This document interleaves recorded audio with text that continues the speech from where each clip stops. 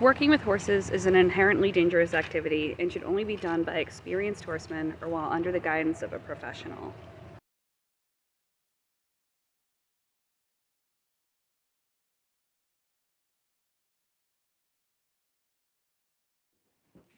So this is Candy. She's 17, going to be 18 next year, a Marsh Tacky mare, which is the state horse of South Carolina. And she is a very good girl who does not know very much about the finer parts of being a horse. She's not broke under saddle, but she's very kind. She's halter broke, and she'll pick up her feet. She'll get done by the farrier. She can be seen by the vet. Horses like Candy, older horses that aren't started under saddle, are really common. Lots of people have them for lots of different reasons. Candy was a brood mare for years and years and years. And it wasn't really important to her old owners that she do more than that. They were focused on making sure that the Marsh Tacky breed stuck around. But her new owner wants to do a little more with her, so we're going to make sure that that's possible. First thing I do if I don't know a horse well, like if it's not a horse that I've had in training for a long time, is I just want to see what they know that can be a base to work off of. Because she's had 17 years of thinking that her response to stimulus is correct, and she's been correct in that. So I want to see kind of what she's comfortable with, just so I know where from a safety standpoint we are, and then I want to see what we can get her to understand today about what's going to set her up to be a good riding horse in the future. So the first thing I want to do is I want to figure out what we can touch. And I already know that she's a little head shy. But she's tolerant. She's a very sweet horse. So I want to run my hand carefully down the top line. Can I touch the tail? Yes. And I want to take my hand down like the middle of her neck to the middle of her shoulder, and then touch down her leg. How does she feel about that? See if I can touch a hoof. And if the answer to any of this is no, I'm uncomfortable with you touching near my tail, I'm uncomfortable with you touching near my feet, you're going to work on that. From knowing her, I know that this is all okay with her. So we've touched the top line, the middle line to the front leg. Now I'm going to do touching the midline. And this is where, especially with an older mare, you do want to look at their eyes as you get to about their navel, and you want to see their ear, that there is not going to be any pinning back as you get closer, closer to their back legs. And then as you get to about the navel area, I turn and switch so I can look at the back leg, because you can see that little shift in them if they're going to kick you. So I turn around, I put my rope in this hand, and I feel like that. And I'm looking at the back leg. She's letting me touch all the way to her udder, and she has not shifted her weight off of that foot, because they have to put their weight on the other leg to kick you. So you look and you see what's happening with the weight on the back leg. So she's let me do that. And then because I'm right-handed, I'm now going to do like the center of her hind quarter down to her hoof, keeping an eye on her weight bearing. Now, this is a horse that knows how to pick up her feet, so she might pick up her feet. You just don't want to see anything quick. I'm going to touch down the middle of the leg, and touch the hoof. So I'm going to do the same thing on the other side, just to make sure, because some horses are more sensitive about one leg or one side more than the other. You just want to make sure you really know, like, is this horse comfortable with me touching it all over? Because that is step one, because over the course of being broke, we're going to be touching them in all sorts of places. We have to know that they're going to be okay with it. So from here, these are things that I knew about her going into this. We're about to start seeing stuff that I'm not very sure about with her.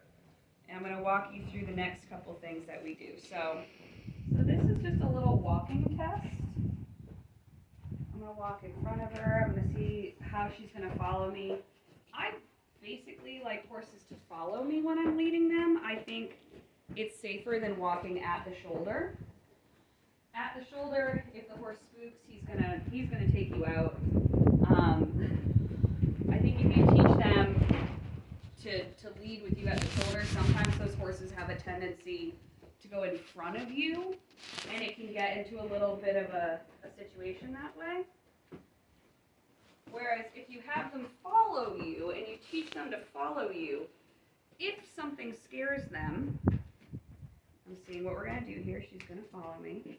If something scares them, they can go left, right, or back. So there's rarely, and they can see where you are, there's rarely going to be a moment where the horse is going to run you over. They don't want to do that, and it's really easy to avoid if they're following behind you. So that's how I like to lead horses. And she seems to really understand follow the person. And she understood when she got stuck a couple times because we were in a tight corner, that little pressure, she released it herself by catching up with me. So that's good. That is good to know. And that can change when you're out of this nice confined area, which I think is the perfect size. This is about 12 by 15.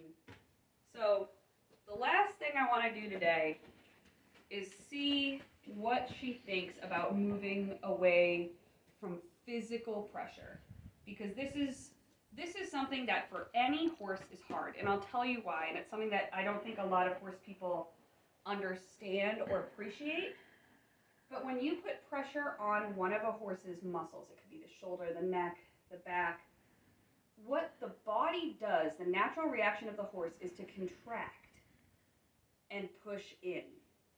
So like if I touch a baby horse's side, and I'm sure some people that are watching this have done this, you touch a horse's side and they push into you. That's because all the muscles on that side are being drawn to where the pressure is. And a horse, it's not even a brain thing. It's their muscles physically contracting and pushing into the problem, what they think is the problem. So I'm going to see what she thinks about me just putting some pressure on her side. So I'm getting that pushback, right? And I can even feel, I don't know, I doubt you'll be able to see, but there is a little muscle twitching here. So we have to be more patient with these older horses about teaching them new things, because we have to respect the amount of time that they've been here and the fact that their responses to things have served them really well for a long time. So they're not going to be as open-minded to changing their responses. So I'm going to touch you again, Grilly. I'm going to do the same thing. I'm just going to leave the pressure there for a minute. I can feel, especially under my thumb, a little pressure, and she's leaning back on me. See how when I took my hand away, she kind of came my way? That's because she was leaning in. That's fine. I've seen people teach a horse to move away from them by just pushing him, right? But that's not the response. I don't want this to become a force game. And she was confused by that, right? Probably no one's pushed her like that before. She's kind and generous, so she didn't do anything bad. No one tell her thank you for not kicking me when I did that. But we have to find another way to show her to move away, and we can work back to our goal. So the goal is, I'm going to put her here, and she's going to move away. Like, I want to touch her with the back end of a brush, and she's going to move away. All right, back to what I was talking about earlier before we had our distraction. So, she does not understand what I want here. So I need to teach her another cue. I'm going to use the rope, and I did a little bit of this with her yesterday, but I don't expect her to remember it perfectly. I want her to move away from this pressure, and I want her to just move, like take a step away. So I'm going to keep doing this, and she's good. I accidentally touched her a little bit, and she moved away. That's fine. That was good. So we can start with swinging a rope, and that creates pressure on her. I'm going to do it again. Give me my little, telling her to do something. No, those are backing up steps. Good. I want moving away steps. So long as you're not confusing your horse and she stays relatively listening, you ask until you get the response, and then you move on. I'm going to give her a little walk, just to clear that brain.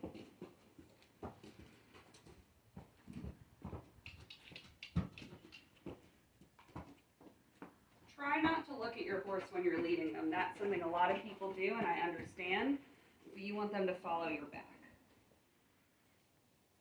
So I'm going to do this again. Doing my little clicks. Good girl.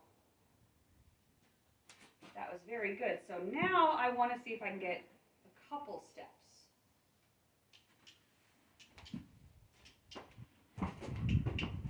Very good. Do the other side. Now she can't just follow me because I haven't given her a cue yet, and she's very smart, right? So she's like, okay, you've switched sides, you must want me to move away. So we do what I call a negative neutral response, which is she doesn't get any praise, and I basically just ignore it. I ignore the unwanted or incorrect behavior, and I'm only removing pressure or giving praise for correct responses. So now I'm gonna make sure we have a little understanding. I'm gonna walk over to her side. Good, she's not moving away from me. She does have an eyeball and an ear on me. I'm gonna swing the rope now. Gonna give my clicks. Good girl. And you can see how the idea of moving away from pressure is going to teach her the basic of propulsion in a round pen, on a lunge, under saddle, that pressure from behind means move those legs. It's kind of the beginning of everything, teaching them to move away from pressure, even though right now, I only want to get to the point where I can touch her side and she moves away. But this is the beginning of everything.